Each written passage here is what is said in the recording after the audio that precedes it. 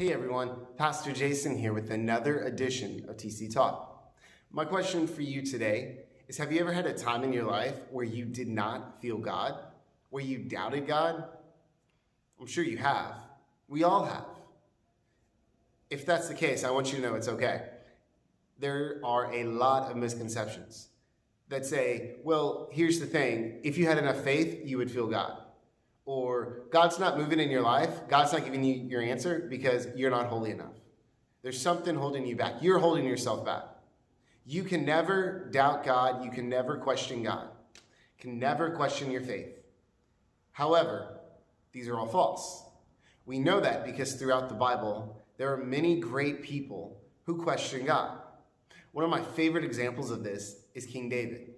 We know who David was. He killed Goliath. He was a man after God's own heart. He did many great things. And yet, if you read Psalm 13, he struggles with depression. He's struggling with God, with his faith. If you look at the first two verses, the first thing he does is he questions God. God, have you forgotten about me? He's saying, God, I'm in a terrible situation. I need you to help me, and yet I don't feel you. I don't see you. I'm going through a rough time. What's going on? Have you ever questioned God like that? I have. I've gone through situations and I say, God, what are you doing? Why am I going through this?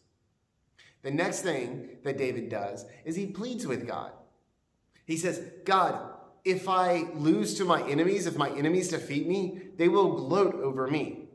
And he's saying, I represent you, so my enemies are your enemies. If I'm defeated, that reflects on you. I've done that. I've pleaded with God. God, I'm a good person. If these people are doing something bad and I'm doing something good, yet if they defeat me, if I feel like I lose, then they're going to say, well, we did something wrong and we got away with it. God, surely you care about this. He pleaded with God.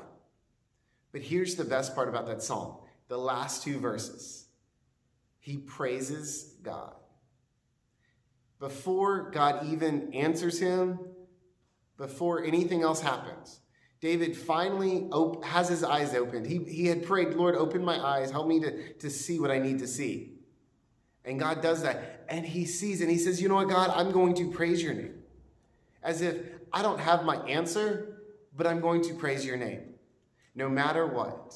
Because you have always been faithful and you will continue to be faithful to me. You see, we look at David's example and we see this progression. He went from questioning God to pleading with God to praising God. If we are dealing with doubt, it's okay to question God. It's okay to plead with God. But how are we going to find God? How are we going to find our solution? We praise him. You know, we can look around at people and we can say, you know what, I feel like they're having a walk in the park today while I'm dealing with the battle against tens of thousands. Why do they get an easy day while I'm having a tough day? I'm having a battle today while they're walking in the park. That's not fair. Through our trials, we become stronger. Church, as you go throughout this week, I want you to know God is always with you.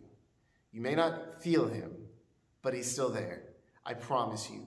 He has never left you. He will not forsake you. He never has, and he never will.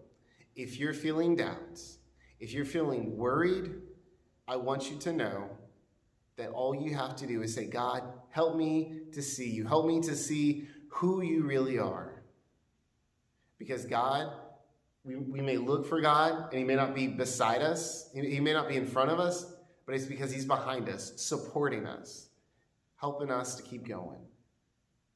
Church, we love you. We're praying for you, and we hope you have a really great week. We'll see you later.